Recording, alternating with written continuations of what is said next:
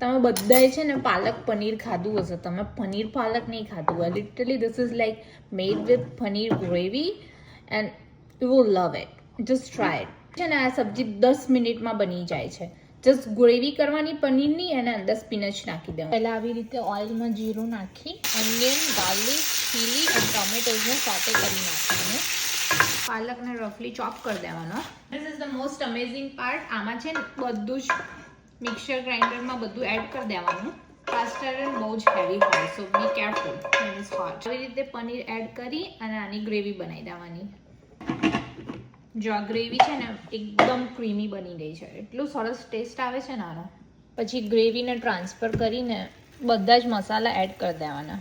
Mix કરી પાલક add કરી દેવાનો.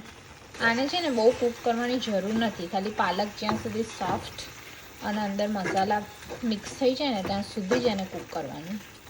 સો 5-10 મિનિટમાં તમારું આ પનીર પાલક છે ને રેડી થઈ જશે. Look at it's so creamy.